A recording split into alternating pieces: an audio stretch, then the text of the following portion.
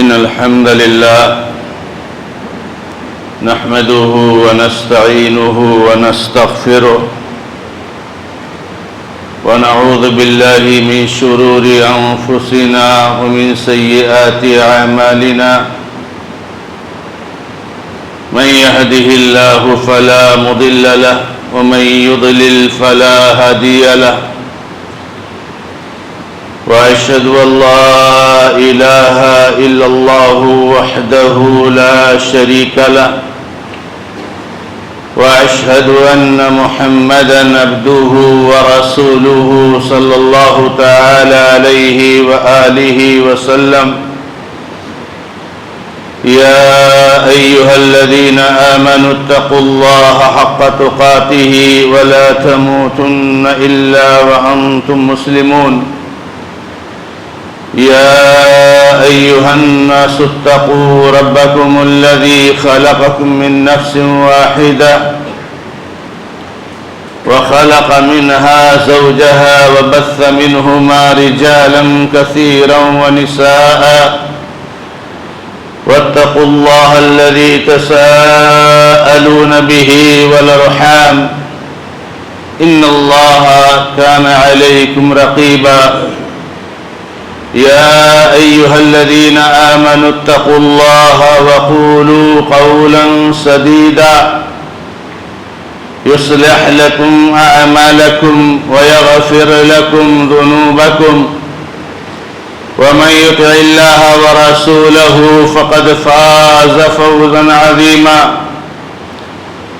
أما بعد فإن خير الحديث كتاب الله وخير الهدي هدي محمد صلى الله تعالى عليه وآله وسلم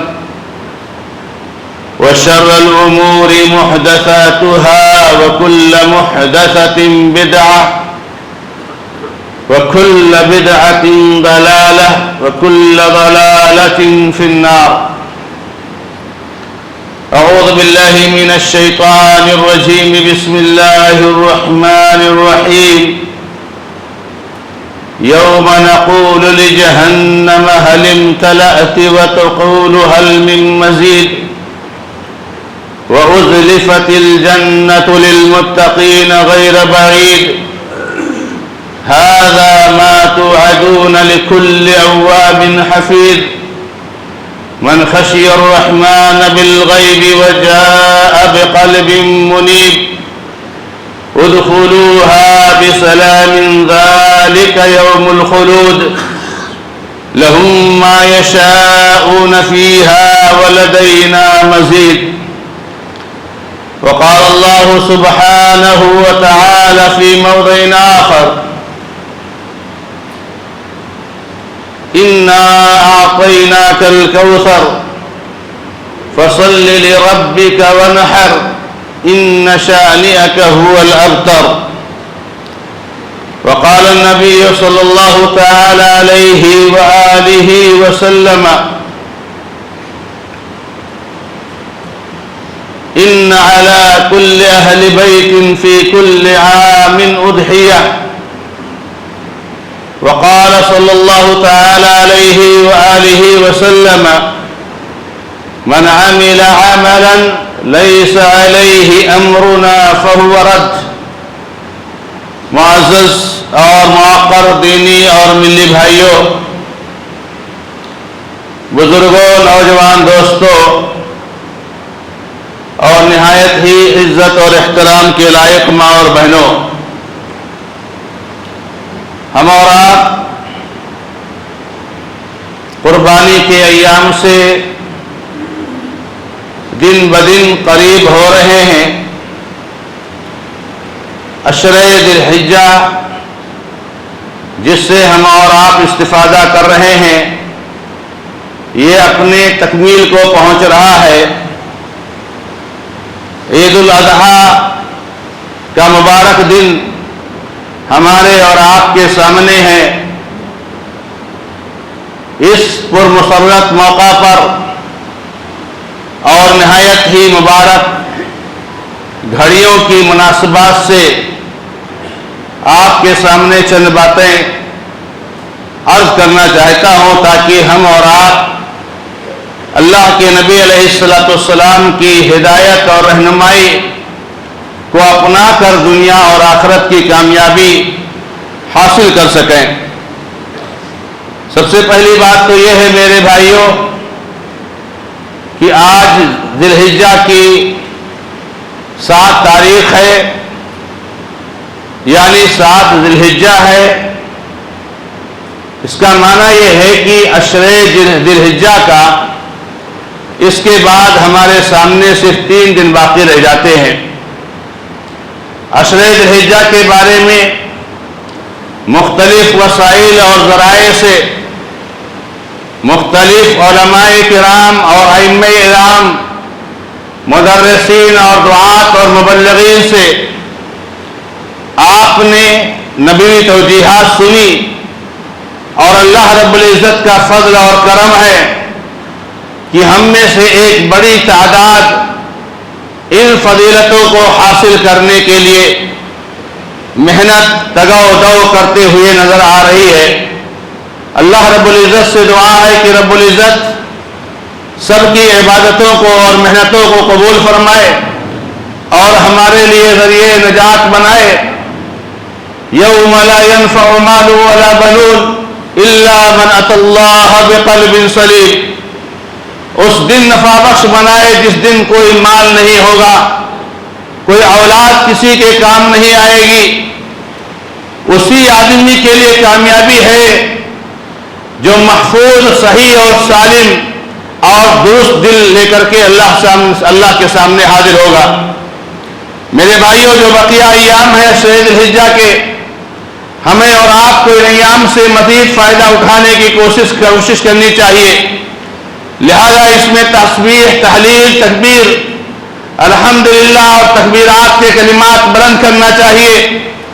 تلاوت، ذکر اور اذکار، دعا، توبہ، استغفار، صدقہ و خیرات، نفلی نمازیں، روزے، ان ساری عبادتوں سے اللہ رب العزت کا تقرب حاصل کرنے کی کوشش کرنی چاہیے۔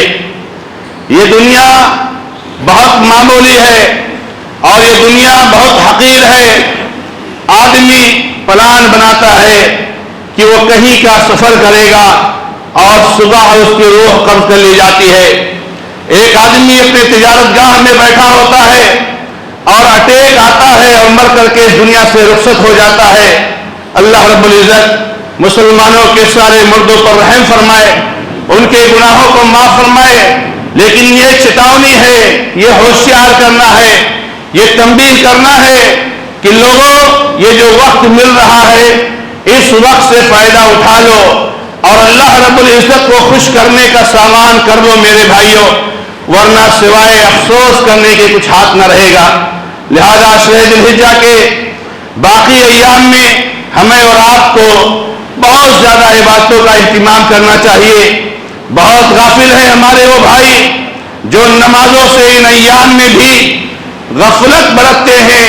ان ایام میں تو نفلی نمازوں کا ڈھیر لگانا چاہیے۔ کتنے غافل ہو سکتے ہیں ہمارے وہ بھائی جو فرض نمازیں بھی نہیں پڑھ پاتے ہیں؟ انہیں اپنے دل پر ہاتھ رکھ کر کے سوچنا چاہیے اور غور کرنا چاہیے کہ کتنی بڑی بھول میں وہ پڑے ہوئے ہیں اور کتنی بڑی غفلت میں پڑے ہوئے ہیں، کتنے بڑے شیطانی وسوسے کا شکار ہے جو توحید کے بعد سب سے اہم عبادت سے ان کو دور کر چکا ہے۔ لہذا ہمیں توبہ استغفار کرنا چاہیے۔ میرے بھائیوں، ہمیں اور آپ کو معلوم ہونا چاہیے کہ اللہ رب العزت نے اس عشرے میں 9 ذی الحجہ کا جو دن رکھا ہے جو کہ عرفہ کا دن ہے۔ عرفہ کا دن اس معنی میں نہیں ہے کہ اسی دن فعلاً حجاج کرام عرفہ میں رہتے ہیں۔ عرفہ کا دن اس معنی میں ہے کہ وہ تاریخ ہے کہ جس دن حجاج کرام عرفہ میں وقوف کرتے ہیں۔ ہو سکتا ہے ہمارے ملک کے حساب سے وہ عرفہ کا دن گزر چکا ہو، لیکن تاریخ تو وہی ہے اور تاریخ کا اعتبار ہے۔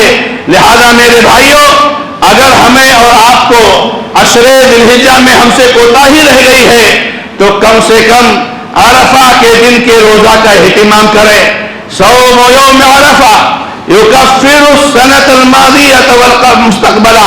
اللہ کے نبی محمد رسول اللہ صلی اللہ علیہ وسلم فرماتے ہیں کہ عرفہ کے دن کا روزہ میں اللہ تبارک و تعالی سے امید کرتا ہوں کہ ایک سال پیچھے اور ایک سال آگے کے گناہوں کو معاف کرنے کا ذریعہ بنے گا.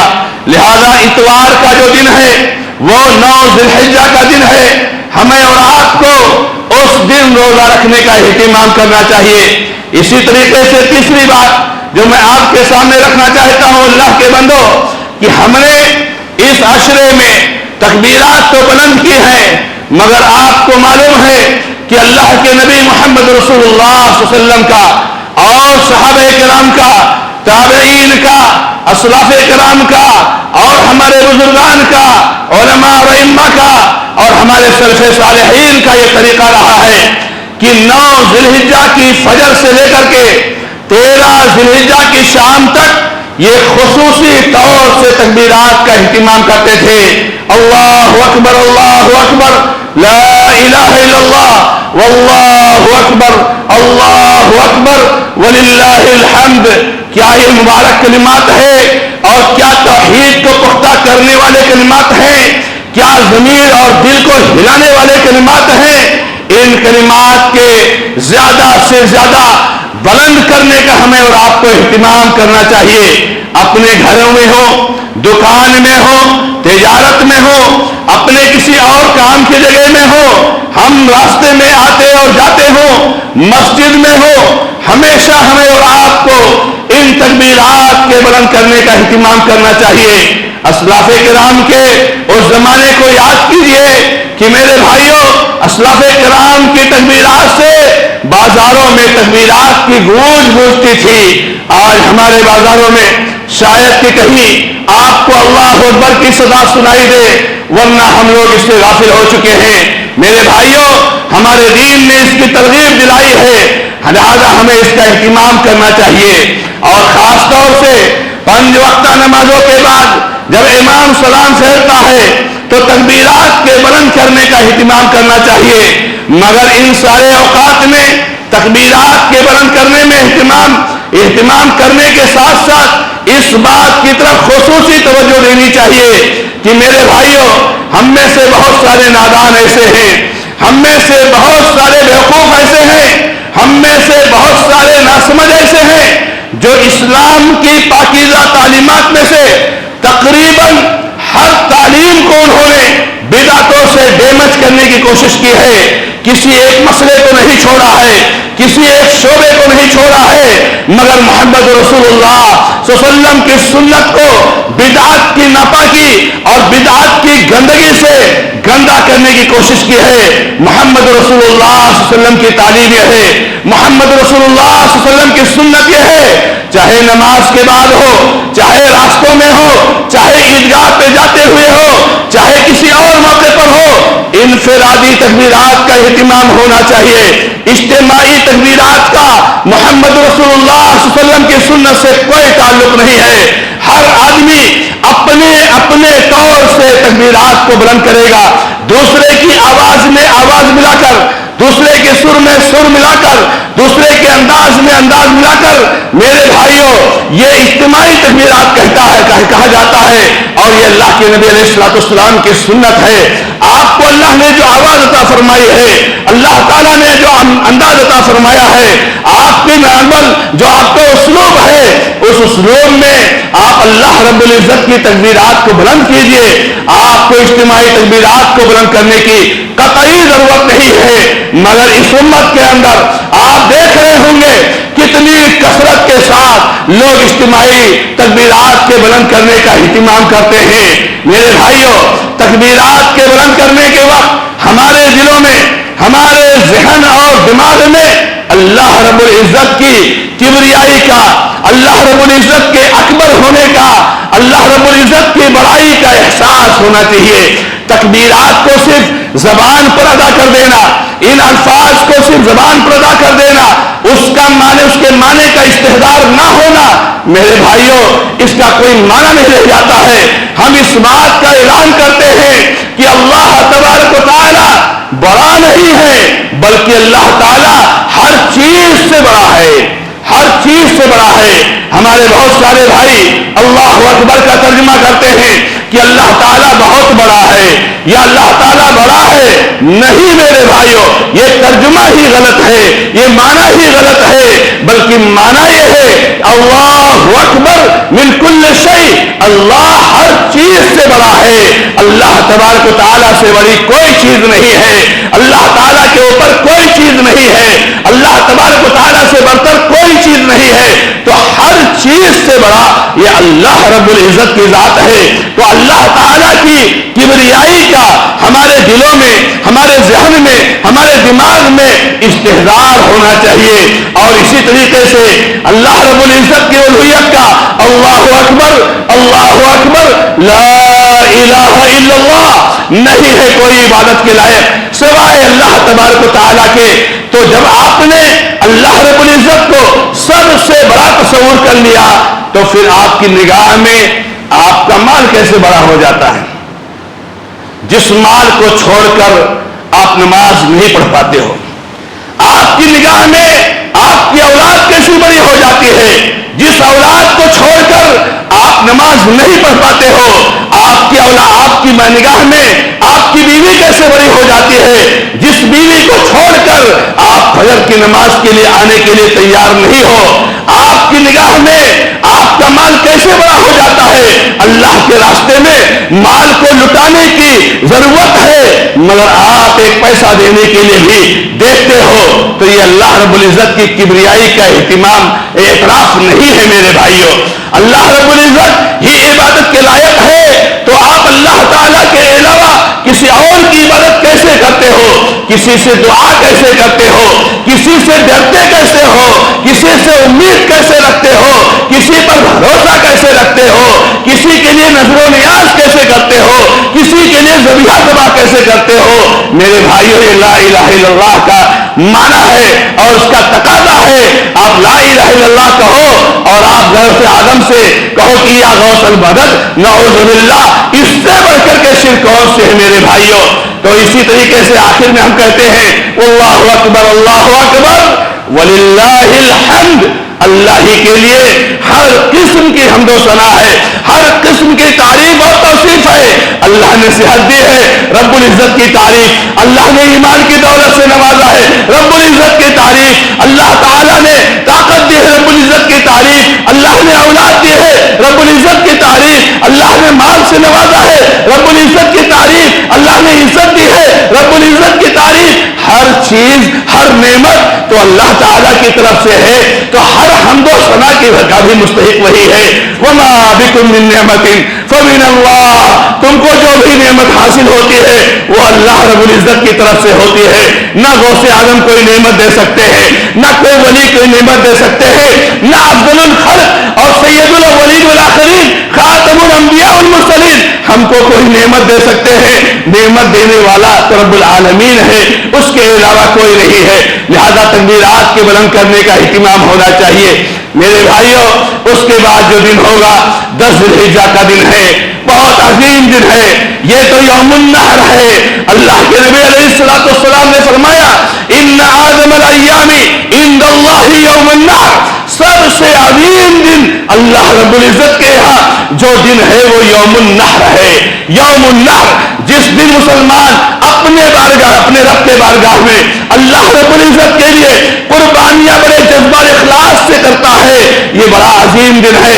ہمیں اور آپ کو اس دن عید کے طور پر، اس دن خوشیاں منانے کا، اس دن کو تہوار کے طور پر منانے کا حکم ہے، لہذا ہمیں اس کا احساس ہونا چاہیے کہ یہ عید کا دن ہے، یہ ہماری خوشی کا دن ہے، یہ تہوار کا دن ہے جو کہ اللہ رب العزت نے ہمارے لیے سال میں 2 ہی دن رکھے ہیں۔ رب العزت نے بتائیے کتنے عظیم دن ہے کہ سال میں سالانہ صرف 2 ہی عیدیں ہیں، دو ہی تہوار ہیں، دو ہی خوشی کا دن ہے جو اللہ رب العزت نے رکھا ہے.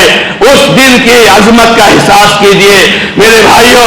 اس دن کی جو اللہ کے نبی علیہ السلام کی سنت ہے، جو اللہ کے نبی علیہ السلام کی ہدایت ہے کہ ہم اس دن نماز کا بہت زیادہ اہتمام کریں، نماز کے لیے تیاری کریں. ہم جو ہے نہائیں دھولیں، خوشبو لگائیں اور اچھے سے اچھا کپڑا پہن کر کے میرے بھائیوں عیدگاہ میں جائیں. جہاں پر ہم کو عید ادا کرنی ہے وہاں تشریف لے جائیں. اور ان سارے حالات میں عیدگاہ جاتے وقت بھی، اس سے پہلے بھی اللہ رب العزت کی تکبیرات کو نہ بھولیں. ہمارے بہت سارے بھائی یاد رکھیں میرے بھائیوں، یہ اللہ رب العزت کے اطاعت کا دن ہے، اللہ تعالیٰ کی فرما برداری کا دن ہے، اللہ کے حکم کے سامنے سر جھکانے اور اپنے آپ کو اس کے تابع کر دینے کا دن ہے. افسوس ہے اس عظیم دن میں بھی ہمارے بہت سارے بھائی اللہ رب العزت کی نافرمانی کرتے ہوئے نظر آتے ہیں. بہت سارے بھائی ہمارے ایسے ہوتے ہیں جو فجر کی نماز نہیں ادا کی ہے مگر فجر کے بعد نہاتے ہیں دھلتے ہوئے عیدگاہ میں جاتے ہیں. کاش کی آپ سمجھ لیتے کہ فجر کی نماز فرض نمازوں کی کیا اہمیت ہے. ہمارے بہت سارے بھائی بہت خوبصورت جوڑا سلاتے ہیں، بہت خوبصورت جوڑے خریدتے ہیں، مگر یہ کپڑا جو پہنتے ہیں تو میرے بھائیوں ٹخنے سے نیچے ہوتا ہے. وہ کپڑا جو کپڑے سے ٹخنے سے نیچے ہوگا، وہ شخص جو اپنا کپڑا ٹخنے سے نیچے رکھ پاتا ہے وہ جہنمی ہے. اللہ کے نبی محمد رسول اللہ صلی اللہ علیہ وسلم کی ایک نہیں، دو نہیں، پانچ نہیں، دسیوں حدیثیں آپ کے سامنے آتی رہتی ہیں. کپڑوں کو ٹخنے سے اوپر رکھیے. ہماری بہت ساری بہنیں ہیں، ہماری بہت ساری مائیں ہیں، ہماری بہت ساری بیٹیاں ہیں. عید کا عظیم دن ہے، اس دن تو اللہ کی اطاعت ہونی چاہیے. ہماری بہنیں گھروں سے نکلتی ہیں عید کی نماز کے لیے تو میک اپ کرتے نکلتی ہیں، زیب و زینت کر کے نکلتی ہیں، بناؤ سگار کر کے نکلتی ہیں. جبکہ تعلیم عورت کے لیے یہ ہے کہ عورت جب گھر سے نکلے گی تو بالکل بوسیدہ اور نارمل حالت میں نکلے گی، قطعی طور سے کوئی میک اپ نہیں ہوگا. اور ہماری بہت ساری بہنیں بھٹکی ہوئی ایسی ہیں کہ وہ بے پردہ نکلتی ہیں، چہروں کو کھول کر نکلتی ہیں، بے پردہ نکلتی ہیں. حتیٰ کہ ہماری بہنوں کے بعض کے اوپر نقاب بھی نہیں ہوتا ہے، وہ نارمل کپڑوں میں نکل جایا کرتی ہیں. میری بہنوں اللہ رب العزت سے خوف کھاؤ، میری ماؤں میری بہنوں اللہ تعالیٰ سے ڈرو. اللہ رب العزت بہت بڑا قادر ہے، اللہ تعالیٰ ہر چیز پر قدرت رکھنے والا ہے. اللہ رب العزت کی نافرمانی اس طریقے سے کر کے عید کے دن کی حرمت کو پامال نہ کرو میرے بھائیوں. لہذا ضروری ہے کہ ہم اللہ رب العزت کے لیے 2 رکعت نماز عید ادا کرنے کے لیے جائیں تو ہم اپنے کپڑوں میں، اپنے لباس میں، اپنے چال ڈھال میں، اپنے جانے کے انداز میں، اپنے نکلنے کے انداز میں اللہ کے نبی علیہ السلام کی سنتوں کو فالو کریں اور نبی علیہ السلام کے طریقے کی اتباع کریں. میرے بھائیوں اللہ کے بندو، جانتے ہو آپ کہ محمد رسول اللہ صلی اللہ علیہ وسلم کی سنت یہ ہے کہ عید الاضحیٰ کے لیے جب ہم جائیں تو بغیر کچھ کھائے ہوئے جائیں. کچھ کھانا نہیں چاہیے ہم کو میرے بھائیوں. آپ جو ہے کچھ کھائے بغیر نکلے، یہ محمد رسول اللہ صلی اللہ علیہ وسلم کی سنت ہے. ہمارے بہت سارے بھائی کہتے ہیں روزہ ہے. روزہ اس کا نام نہیں، معاف کیجئے گا، یہ روزہ نہیں ہے. روزہ تو وہ ہوتا ہے جس میں صبح صادق سے لے کے غروب آفتاب تک بھوکا اور پیاسا رہا جاتا ہے. یہ چند گھنٹے بھوکا رہنا اس کا روزہ نہیں ہے. اس کو یہ کہا جائے گا کہ محمد رسول اللہ صلی اللہ علیہ وسلم کی سنت ہے، نبی صلی اللہ علیہ وسلم کا طریقہ ہے، بغیر کچھ کھائے ہوئے نکلنا چاہیے. ہاں ہمارے کوئی بھائی بیمار ہیں، ہمارے کچھ بھائیوں کو شوگر کی بیماری ہے جس میں تھوڑی دیر پر کھانے کی تاکید کی جاتی ہے ڈاکٹروں کی طرف سے. اگر ایسی کوئی مجبوری ہے تو میرے بھائیوں اللہ رب العزت کا دین اور شریعت ہمیں اور آپ کو یہ تاکید کرتی ہے لا تلقوا بأیدیکم الی التہلکہ. آپ بالکل کھا سکتے ہو، یہ کوئی واجب چیز نہیں ہے، یہ کوئی شرط نہیں ہے، یہ کوئی لازمی چیز نہیں ہے. یہ اگر آپ کر لو تو محمد رسول اللہ صلی اللہ علیہ وسلم کی سنت کی اتباع کا بہت بڑا ثواب ملے گا. نہیں کر پاؤ گے تو میرے بھائیوں کوئی حرج کی بات نہیں ہے. تو عید الاضحیٰ میں اس طریقے سے آپ جائیں اور عید کے بارے میں 2 باتوں کا خاص خیال رکھیں میرے بھائیوں. تعلیم یہ ہے، تاکید یہ ہے کہ جتنا ہو سکے گھر میں کوئی آدمی بچنا نہیں چاہیے، چاہے بچہ ہو، چاہے بوڑھا ہو، چاہے بیمار ہو، چاہے عورت ہو، چاہے مرد ہو، سب کو لے جا کر کے جہاں مسلمان عید کی نماز ادا کرتے ہیں وہاں عید کی نماز ادا کرنی چاہیے۔ ہمارے دشمنوں نے یعنی سنت کے دشمنوں نے یہ جو ہے بہت کوشش کی کہ اس کو بھی ڈیمیج کیا جائے، چنانچہ انہوں نے ہماری بہنوں پر، ہماری ماؤں پر، ہماری بیٹیوں پر عیدگاہ میں جانے پر پابندی لگائی، مسجدوں میں جانے پر پابندی لگائی۔ میرے بھائیوں، یہ اللہ رب العزت کا دین نہیں ہے، لہذا سب کو جانا چاہیے اور سب کو لے کر جانا چاہیے۔ آخری بات جو کہنا چاہوں گا میرے بھائیوں کہ اللہ تعالیٰ نے آپ کے لیے قربانی مشروع کی ہے اور اس کا حکم دیا ہے۔ میرے بھائیوں، طاقت ہے، حیثیت ہے، اللہ نے نوازا ہے تو قربانی کیجیے، بہت عظیم جو ہے کام ہے۔ اور اگر اللہ نے نہیں دیا ہے تو اللہ کے بندو اپنے آپ کو ہلاکت میں نہ ڈالو۔ بڑے جانور کی قربانی پر ہمارے حکومت نے پابندی لگائی ہے۔ میرے بھائیوں، شرعاً یہ کوئی پابندی نہیں ہے، مگر یہ کوئی سمجھداری نہیں ہے، یہ کوئی عقل مندی نہیں ہے کہ آپ اپنے آپ کو، اپنے گھر والوں کو، اپنے محلے والوں کو، اپنے گاؤں والوں کو ہلاکت میں ڈالو، تکلیف میں ڈالو۔ یہ اسلام کی تاکید نہیں ہے میرے بھائیوں۔ لا تلقوا بأيديكم إلى التهلكة، یہ اصول ہے، اپنے آپ کو ہلاکت میں ڈالو۔ ایک بکرا لے لو، ایک بکری لے لو، بکری بھی ذبح کر سکتے ہو قربانی میں، ایک بھیڑ لے لو، ایک دمبا لے لو۔ میرے بھائی کیا کمی ہے؟ یہ بکرا، یہ بکری، یہ بھیڑ، یہ دمبا آپ کے پوری فیملی کی طرف سے قربانی ہو جاتی ہے۔ پھر کیوں ہمیں مصیبتوں میں پڑنا ہے میرے بھائیوں؟ کیوں ہمیں مسلمانوں کے بدنام کرنے کا ذریعہ بننا ہے؟ ہم معاشرے اور سماج میں یکا دکا ہمیشہ دیکھتے رہتے ہیں، کتنے بھائی ہمارے تکلیف میں آتے ہیں، کتنے مسائل کھڑے ہوتی ہیں، ہماری بہنوں اور ماؤں کے ساتھ کتنے مسائل ہوتے ہیں۔ جب ایسی کوئی بات ہوتی ہے گھروں پر چھاپا مارا جاتا ہے، کیا کیا باتیں ہوتی ہیں۔ میرے بھائیوں کیوں مصیبتوں میں ڈالتے ہو؟ چھوٹے جانور کی قربانی کرو پوری فیملی کی طرف سے۔ آپ کی فیملی میں 50 لوگ ہوں، 40 لوگ ہوں، 30 لوگ ہوں، ایک بکرا پورے گھر والوں کی طرف سے، پوری فیملی کی طرف سے کافی ہو جاتا ہے۔ لہذا ہمیں اور آپ کو اپنے آپ کو ہلاکت میں نہیں ڈالنا چاہیے۔ اور اللہ رب العزت نے عظیم رحمت ہمارے لیے عطا فرمائی ہے کہ اگر طاقت نہیں ہے تو میرے بھائیوں قربانی نہ کرو، اور جب عید الاضحیٰ کے دن عید کی نماز پڑھ لو گے اپنا بال اور ناخن کاٹ لو، اللہ تعالیٰ نے آپ کے لیے اس میں پورا مکمل قربانی کا ثواب رکھا ہے۔ رب العزت سے دعا ہے کہ آنے والے مبارک ایام کو ہمارے لیے بابرکت بنائے، خیر اور بھلائی کا ذریعہ بنائے۔ اللہ تعالیٰ ہمیں توبہ استغفار کی توفیق عطا فرمائے۔ بارک اللہ لی ولکم فی القرآن الکریم ونفعنی وإیاکم بالآیات والذکر الحکیم، انہ تعالیٰ جواد کریم علیکم بالرؤوف الرحیم۔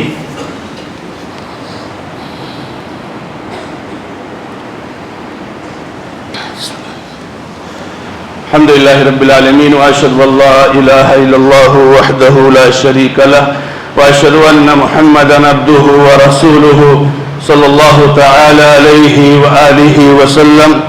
أعوذ بالله من الشيطان الرجيم، بسم الله الرحمن الرحيم، إن الله وملائكته يصلون على النبي يا أيها الذين آمنوا صلوا عليه وسلموا تسليما۔ اللهم صل على محمد وعلى آل محمد كما صليت على إبراهيم وعلى آل إبراهيم إنك حميد مجيد۔ اللهم بارك على محمد وعلى آل محمد كما باركت على إبراهيم وعلى آل إبراهيم إنك حميد مجيد۔ ربنا ظلمنا أنفسنا وإن لم تغفر لنا وترحمنا لنكونن من الخاسرين۔ ربنا آتنا في الدنيا حسنة وفي الآخرة حسنة وقنا عذاب النار۔ ربنا لا تزغ قلوبنا بعد إذ هديتنا وهب لنا من لدنك رحمة إنك أنت الوهاب۔ ربنا اغفر لنا ولإخواننا الذين سبقونا بالإيمان ولا تجعل في قلوبنا غلا للذين آمنوا ربنا إنك رؤوف رحيم۔ اللهم اغفر لنا وللمؤمنين والمؤمنات والمسلمين والمسلمات، اللهم ألف بين قلوبهم وأصلح ذات بينهم وانصرهم على عدوك وعدوهم يا رب العالمين۔ اللهم انصر إخوان المسلمين في غزة في فلسطين. اللهم انصر إخواننا المسلمين في فلسطين وفي كل مكان. اللهم كن لهم عونا ونصيرا. اللهم عليك باليهود الغاصبين، اللهم عليك بالظالمين، اللهم عليك بأعدائهم أعدائك وأعداء الدين. اللهم إنا نجعلك في نحورهم ونعوذ بك من شرورهم. أقول قولي هذا وأستغفر الله لي ولكم ولسائر المسلمين فاستغفروه إنه هو الغفور الرحيم. الحمد لله رب العالمين.